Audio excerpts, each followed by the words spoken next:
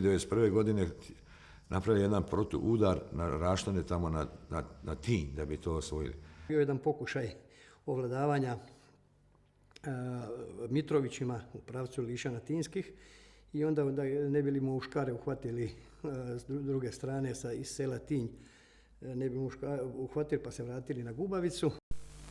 Najkraći raport sa Benkovačko-Zadarskog ratišta ovih dana glasio bi: krhko primirje uz učestale provokacije od strane hrvatskih jedinica. Jednu jaču akciju u rejonu sela Lišane Tinske hrvatske snage su pokušale sa 3 kamiona na kojima su montirani topovi, popularno nazvani leteći Čarliji, ali su ih vojnici kapetana Savića osujetili. Tom je prilikom zapljenjena veća količina oružja i municije stranog porijekla i to iz Mađarske i Italije. Uglavnom koriste znači to strano naoružanje što se dobavlja iz Mađarske, Njemačke, Austrije, iako oni to govore da to nije tačno, međutim mi to svakog dana dokazujemo i ovom prilikom ste mogli da vidite ovdje na ovim kutijama. Vidimo uredne deklaracije, fino piše odakle. Da, znači ovdje se tačno vidi da piše, evo da na ovoj deklaraciji znači piše da je to iz Mađarske. A vidimo tu neke Split. Da, preuzeto na carinu u Splitu.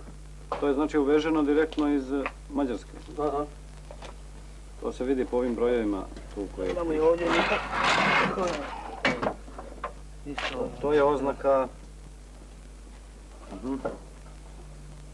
I dok se Europa trudi da pomogne u rješavanju krize na ovim našim prostorima, ista Europa koristi ovaj rat da izvuče što veću korist iz njega.